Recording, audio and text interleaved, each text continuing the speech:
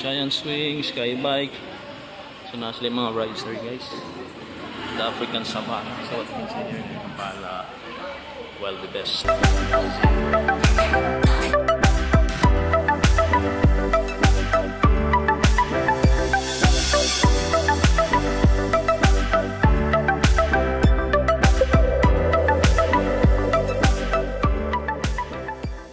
Oops.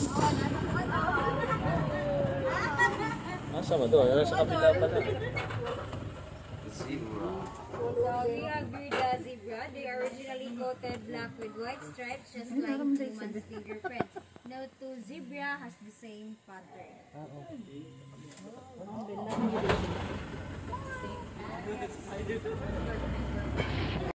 Like under the heat of the sun.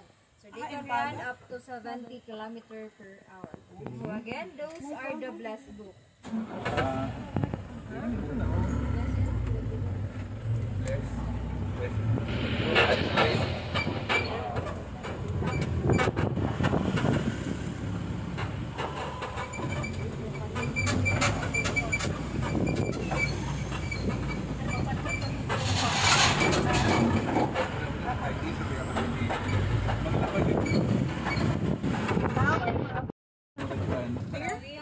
Waterbuck. They live usually in the lake and river because they're only antelope that lacks self-endurance. And also the one up there, those are the elands. They are the largest species of antelope and also the slowest.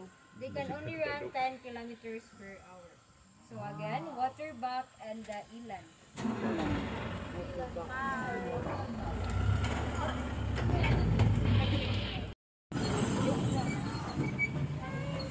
Ikuti lagan man mga zebra eh.